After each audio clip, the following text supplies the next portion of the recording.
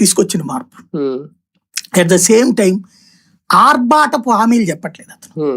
నేను నీకు వీళ్ళు చెప్పినట్టు ఇంటికొక ఉద్యోగం 30,000 రూపాయలు మహిళకి అన్నటువంటి వీళ్ళది కూడా మేనిఫెస్టో అప్పుడు ఏదో మాట్లాడారు 30,000 రూపాయలు. అయితే దీంట్లో ఇతను ఇవ్వడం తెలుసు వాళ్ళకి. బేసిక్ గా ఇతను ఒక సిస్టమ్ లో తీసుకొస్తున్నాడు, కొలాప్స్ కానీయకుండా. ఇంకోటి డబుల్ ఇంజిన్ సర్కార్ అక్కడ బాగా ఉపయోగపడింది. మోడీ ఈ జోడీ కుదిరిన తర్వాత బీహార్ లో విపరీతమైన ఇన్ఫ్రాస్ట్రక్చర్ వచ్చింది.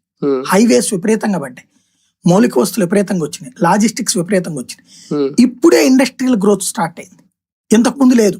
20 ఏళ్లలో కూడా ధైర్యం చేయలే ఎవడం ఇండస్ట్రీస్ పెట్టడానికి. ఈ 3-4 ఏళ్లలో ఇండస్ట్రీస్ స్టార్ట్ అయినాయి గట్టిగా, ఉపాధి అవకాశాలు పెరగడం ప్రారంభించింది.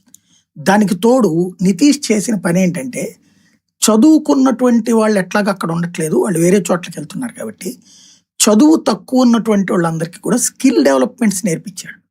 మీకు ఇప్పుడు ఇక్కడ మనకి దొరికేటటువంటి బార్బర్ షాపులో పనిచేసే వాళ్ళు, బీహార్ వాళ్ళు, సెంట్రింగ్ వర్క్స్, ఇవన్నీ వాళ్ళ తల్లిదండ్రుల నుంచి వచ్చిన కుల వారసత్వం కాదు, ప్రభుత్వం ఇప్పించినటువంటి ట్రైన్.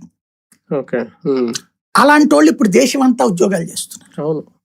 అది ఇంకోటి ఉపయోగపడింది. ఇంకొకటి అన్నిటికంటే స్పెషల్ ఏంటంటే, భారతదేశ వ్యాప్తంగా కాంగ్రెస్ సుదీర్ఘకాలం అధికారంలో ఉండటం వల్ల ఇది ఎవడు టచ్ చేయట్లేదు.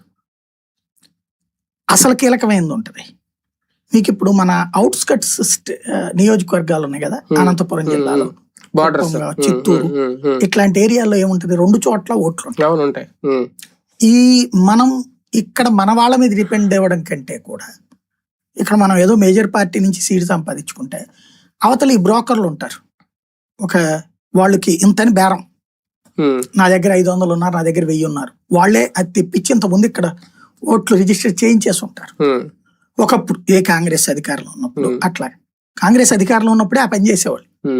ఆ ప్రాంత పోళ్ళు